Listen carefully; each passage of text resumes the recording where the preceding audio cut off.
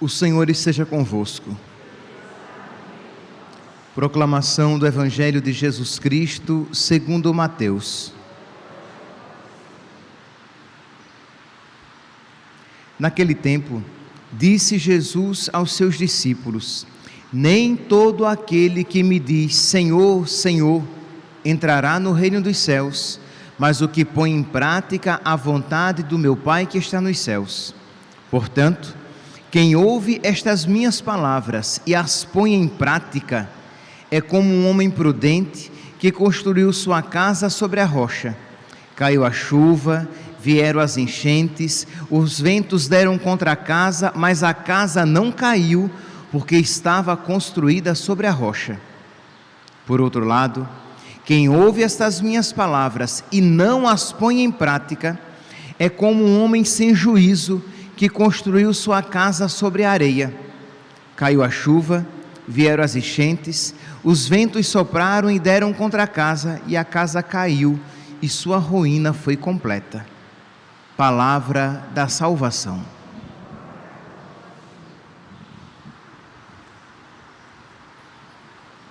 Caríssimos irmãos e irmãs, temos a alegria de, dentro deste tempo do Advento, celebrar a memória de São Francisco Xavier, apóstolo do Oriente, e juntamente com Santa Teresinha do Menino Jesus, padroeiro das missões, padroeiro universal das missões.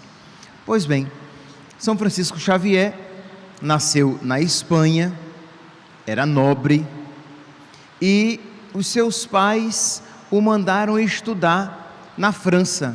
Estou aqui fazendo um resumo, já que a sua história é longa e fecunda. Pois bem, então ele foi estudar na França, e lá ele se encontra com Santo Inácio de Loyola, que estava começando a fundação da Companhia de Jesus, dos jesuítas. Pois bem, então ele se encontrou com Santo Inácio, fervoroso, ardoroso em evangelizar, em ganhar muitos para Cristo, e aquilo tocou o coração de São Francisco Xavier. Meus irmãos, é um dos sinais da presença de Cristo na nossa alma, um dos sinais de que nós não apenas estamos em estado de graça, mas de que estamos crescendo na espiritualidade. Repito, isso aqui é bem interessante, é bem importante. Não apenas um sinal de que você está em estado de graça, porque infelizmente você pode estar em estado de graça e morno. Você pode estar em estado de graça e frio espiritualmente. Mas um dos sinais de que você não só está em estado de graça, mas está progredindo no amor de Deus, é quando você quer que outras pessoas amem a Deus também. Isto é, o ardor missionário de alguma maneira toca o seu coração, que você quer que outras pessoas amem a Deus, que você quer que outras pessoas conheçam a Deus, que você quer que outras pessoas cresçam no conhecimento da igreja de Nosso Senhor. Imagine que, já aqui adiantando na vida de São Francisco Xavier, ele dizia que ele tinha vontade às vezes de ir para as universidades europeias. Imagine que nós estamos aqui num período em que todos eram cristãos, assim, em que a grande maioria era cristã, católica, e nas universidades as pessoas também, ensinava-se teologia nas universidades, não apenas nos seminários, e era uma das matérias mais concorridas. Então ele dizia que ele tinha vontade de ir às universidades e pegar os cristãos, os católicos, pela gola e levá-los para evangelizar, porque quantas crianças não sabiam sequer rezar o credo, não sabiam sequer rezar o Pai Nosso, e os cristãos nas universidades ali despreocupados com isso. Então, isso de todas as maneiras, deve nos falar a nós, isto é, o que é que eu estou fazendo pela evangelização? Estou apenas preocupado com o meu crescimento espiritual? E, repito, se você não estiver preocupado também pela salvação dos outros, você não está crescendo espiritualmente, você é apenas um egoísta disfarçado de cristão. Porque é próprio, repito, é próprio de quem está crescendo no amor de Deus, é próprio de quem está tendo um coração semelhante ao de Cristo, desejar a salvação do outro tanto quanto deseja a sua. É um sinal de caridade. Então, se você está crescendo na caridade, você quer que o outro se salve da mesma maneira que você quer a salvação para você. Então, o comodismo missionário é sinal de uma morte espiritual. E aqui, quando eu falo missionário, você não precisa ir para lugares longínquos. No seu prédio, no seu condomínio, na sua rua, com seus filhos, com aqueles amigos com quem você trabalha. Isto é, estamos no tempo do advento. E aí, você já conversou com alguém a respeito do advento, explicando mais ou menos, um pouquinho que seja, em que ele consiste, a necessidade de se preparar para o Natal, a necessidade de fazer uma boa confissão, falar para essas pessoas o que é a confissão? Então nós precisamos ser mais apostólicos. Pois bem, então São Francisco Xavier, neste encontro com Santo Inácio de Loyola, ele entra na companhia de Jesus, ele se torna jesuíta e vai para as Índias, vai para evangelizar as Índias, e Deus, meus santos, abençoa profundamente o ministério de São Francisco Xavier, que ele contabiliza, depois, espantemo-nos, depois de um mês de evangelização, ele contabilizava mais de 10.000 conversões. Não, é algo espantoso. Quando nosso Senhor diz no Evangelho que Ele reserva milagres ainda maiores para aqueles que crerem nele, isso aqui assim a gente vê que isso é verdade. Imagine, ele, em um mês, mais de 10.000 conversões. No processo de canonização de São Francisco Xavier, nós temos 23 ressurreições. 23 ressurreições. E sem falar os outros milagres. Ele batizava tanto que ele mesmo diz que o seu braço chegava a cansar, porque de tanto batizar, se houvesse 10 dele, mesmo assim os 10 se cansariam de tão grande missão. Pois bem, então ele passa 7 anos na Índia. Imagine que às vezes ele conseguia, era instrumento de Deus para converter vilas inteiras, povoados inteiros. Ele ia para aquele povoado e ali ele convertia todo mundo.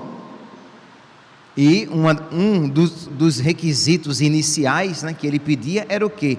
Que os templos pagãos e as imagens dos ídolos fossem quebrados.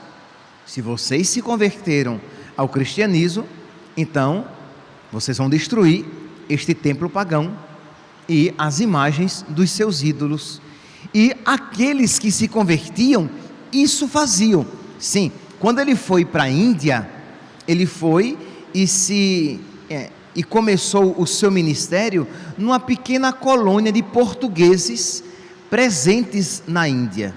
Só que os portugueses que ali estavam estavam tão paganizados que não eram testemunho para ninguém. E quando ele ia e ele conseguia a conversão dos pagãos que generosamente destruíam os seus templos, destruíam os seus ídolos, mas quando eles olhavam para os portugueses, eles viam que o mesmo não acontecia. Isto é, aqueles cristãos portugueses não estavam dispostos a romper com os seus ídolos, primeiramente o dinheiro. Eram muito apegados ao dinheiro, desejosos pelo dinheiro ao ponto de cometer maldades, injustiças e todo tipo de pecado para conseguir mais dinheiro. E aquilo fazia com que os recém-convertidos desanimassem na perseverança, porque viam nos cristãos portugueses tanto contra-testemunho. Meus irmãos, aqui também é mais um ponto de nós olharmos a nossa vida e nos perguntarmos: e nós? De que quilate somos? Será que somos cristãos apenas com verniz? Como diz o Evangelho de hoje, quem diz apenas Senhor, Senhor, não entrará no reino dos céus, mas aquele que faz a vontade do Pai que está nos céus. Então, às vezes, nós nos dizemos cristãos, às vezes, nós exteriormente parecemos cristãos, mas, de fato, somos íntima e profundamente cristãos? Meus irmãos, a resposta aqui é em graus diferentes. Íntima e profundamente, não. Se você for sincero, você vai ver que tem muita coisa dentro de você que não agrada a Cristo.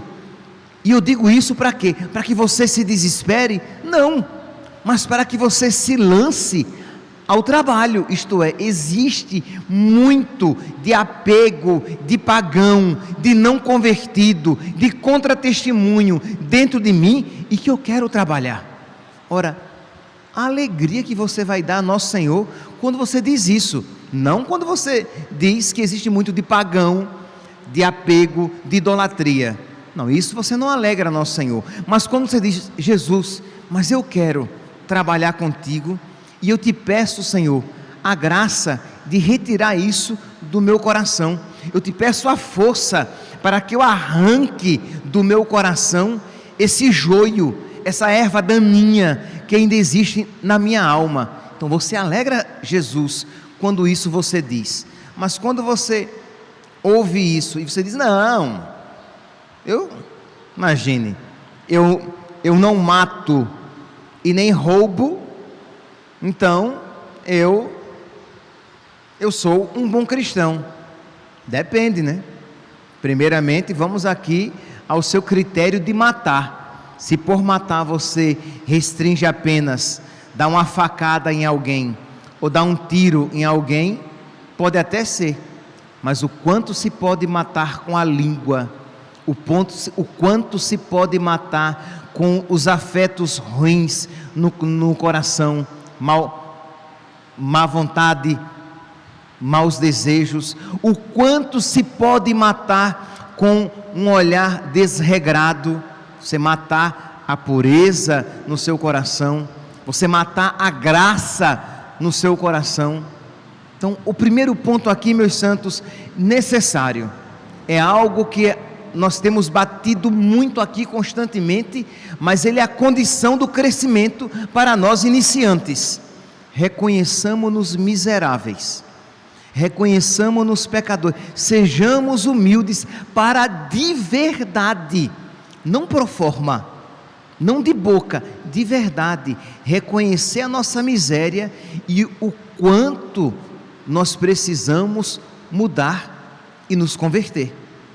Então pedir a Jesus como quem suplica água no deserto: Senhor, eu necessito de ser um homem diferente, de ser uma mulher diferente, eu necessito de ser um convertido de verdade, para que eu comece a crescer na santidade. Porque senão, meus santos, seremos sempre um contratestemunho nas nossas casas, nos nossos trabalhos, entre os nossos amigos, para a nossa vizinhança, porque parecemos cristãos quando de verdade não somos. Pois bem, isso São Francisco Xavier experimentou, isto é, o quanto os portugueses eram um contratestemunho para os pagãos que começavam a se converter. Passou 7 anos na Índia, num apostolado fecundíssimo, como nós falamos aqui, e um dia vem um japonês e pede que ele vá para o Japão, porque lá eles também precisam conhecer Cristo. E diz que, movido pela caridade, São Francisco Xavier, que já estava de alguma maneira mais ou menos estabilizado, ele sai lá da Índia e vai para o Japão. E lá, meus santos, trabalha 10 anos, também num apostolado muito fecundo. Claro, tanto na Índia como no Japão, com dificuldades, sem sombra de dúvidas. Não queiramos entrar no caminho de Deus, na seara do Senhor, não queiramos trabalhar nos campos do Senhor e não ter provação. Não queiramos roubar almas do diabo e não querer que o diabo se volte contra nós. Claro, o Senhor está comigo, mas o Senhor permitirá que nós também sejamos abalados para que prove o nosso amor. Nós queremos, nós o amamos e queremos ser amigos dele, mesmo que isso nos atraia inimizades do diabo, porque querer ser amigo de Jesus e não ter dificuldade nenhuma, isso não é amor verdadeiro. Então, Senhor, eu estou contigo, mesmo sabendo que os anjos maus, o diabo com seus anjos maus, virão contra mim, mas eu sei que eles só tocarão em mim se o Senhor permitir. E se o Senhor permitir, é porque isso concorrerá para um bem maior. Pois bem, então São Francisco Xavier se dedica ao apostolado no Japão, e ele diz que dentre os povos por ele evangelizados, ele nunca tinha encontrado um povo tão propício ao Evangelho. Isto é, que o povo japonês, como que por natureza, não que fosse um povo bom, mas eles tinham coisas, eles tinham realidades, que uma vez evangelizadas, eles poderiam progredir muito na vida espiritual. E se dedicou. Mas esse homem, e se dedicou à evangelização, é tanto que passou ali 10 anos. Mas esse homem, São Francisco Xavier, tinha no coração um desejo.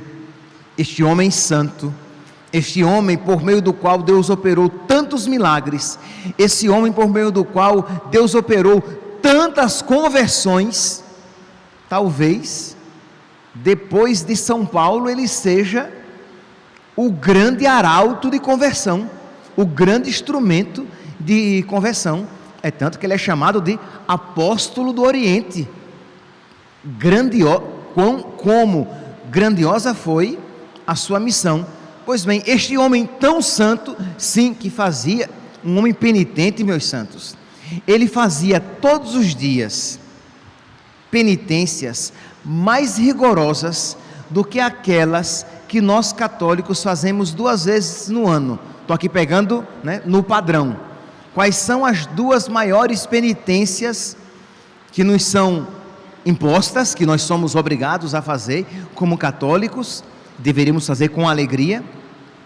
Quais são as 2 penitências que nós devemos fazer na quarta-feira de cinzas e na sexta-feira santa, que é apenas uma refeição completa? Pois bem, todos os dias ele fazia penitências mais rigorosas do que essa.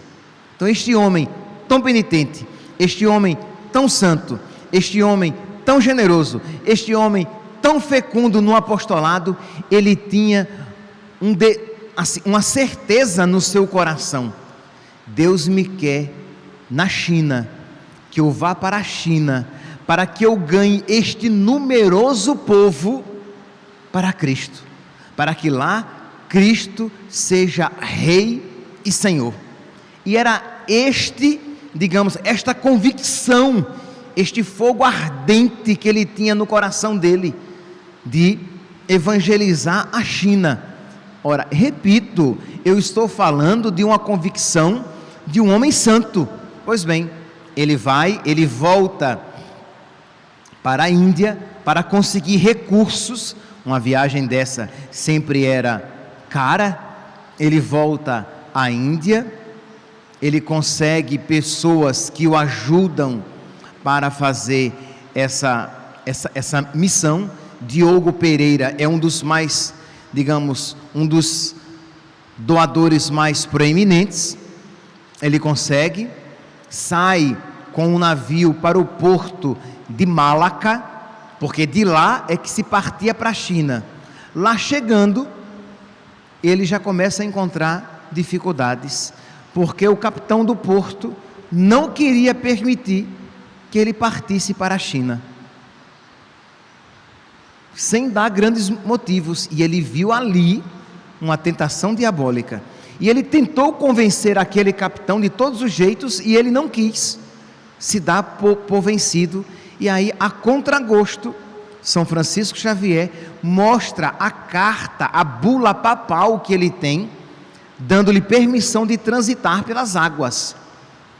Ele não quis mostrar isso porque de alguma maneira ele poderia ser tentado à vaidade, porque imagine, ele tinha uma carta papal, uma bula papal, uma permissão do Papa. Estamos falando aqui num período em que nenhum rei se oporia a uma bula papal, quanto mais um capitão de um porto.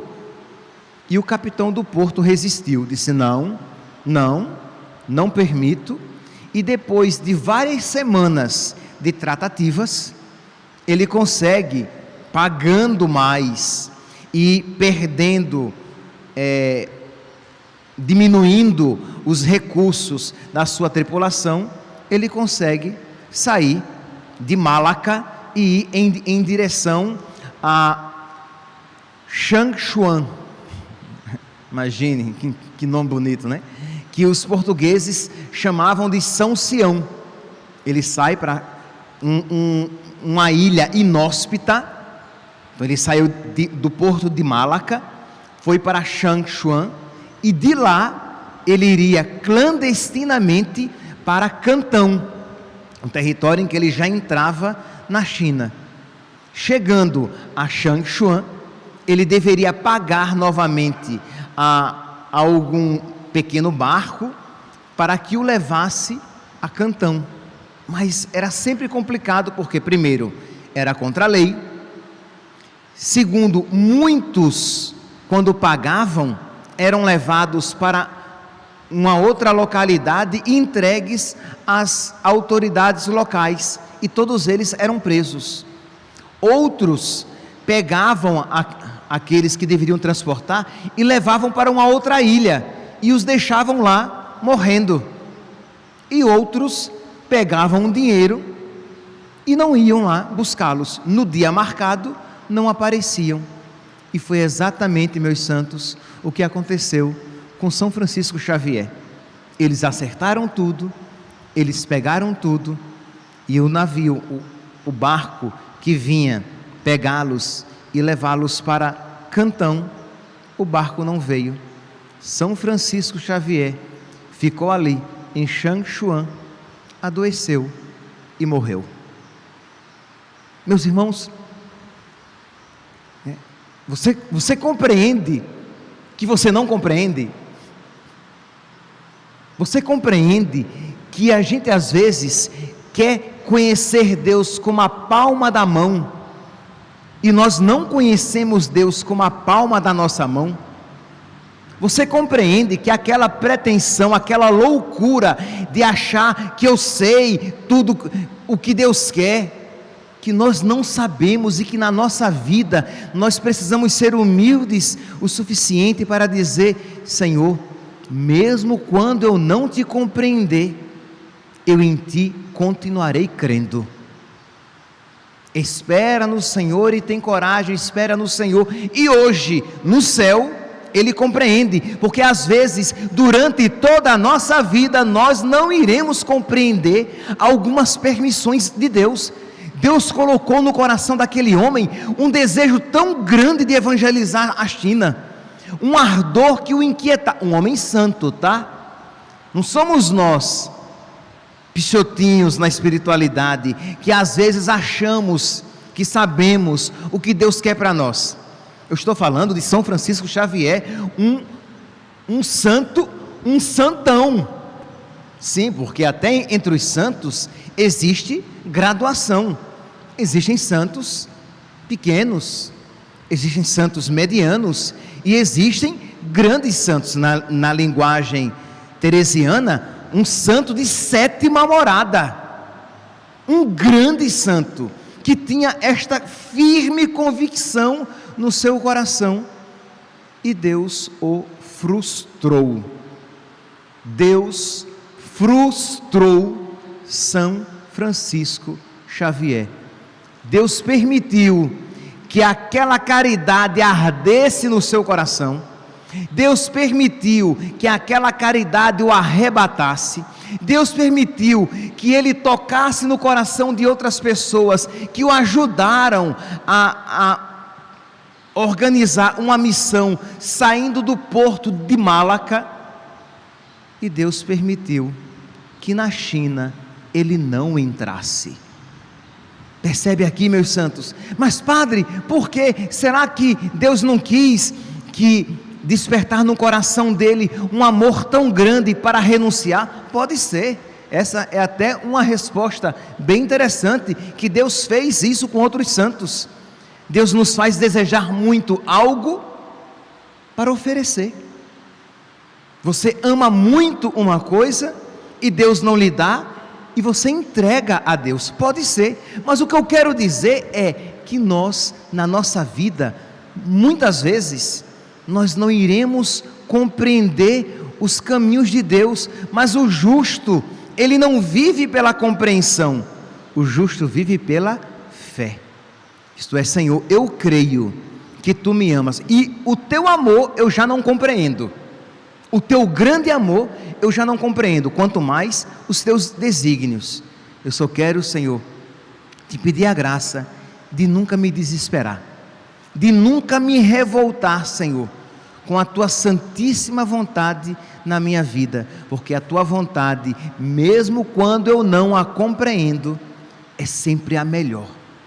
Meus irmãos, que hoje, no dia de São Francisco Xavier, que nós peçamos a Deus, por intercessão de Nossa Senhora, por intercessão de São Francisco Xavier, um amor ardoroso, um amor apostólico, um amor missionário, para que nós nos comprometamos em ganhar cada vez mais pessoas para Cristo, para a sua igreja, e também peçamos uma fé grande, uma fé firme, uma fé forte, que suporte até as frustrações da vida, que suporte até as aparentes contradições e os silêncios de Deus, mas que em todas essas frustrações, dificuldades e silêncios, nós digamos com fé firme e sólida: Senhor, eu creio em vós, mas aumentai a minha fé. Louvado seja nosso Senhor Jesus Cristo, para sempre seja louvado.